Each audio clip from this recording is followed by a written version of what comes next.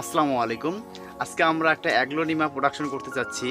এটা ইনডোর একটা প্লান্ট, বাসা বাড়িতে রাখা হয়। সাধারণত অফিসে অথবা বাসায় এই গাছগুলো ভালো হয় ছায়াযুক্ত জায়গাতে। আমরা আজকে এই গাছটা প্রোডাকশন দেওয়া দেখাবো।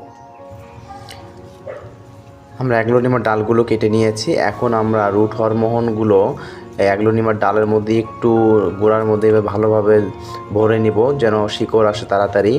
আর রুট হরমোন দিলে দ্রুত শিকড় আসবে এবং গাছটা দ্রুত লেগে যাবে।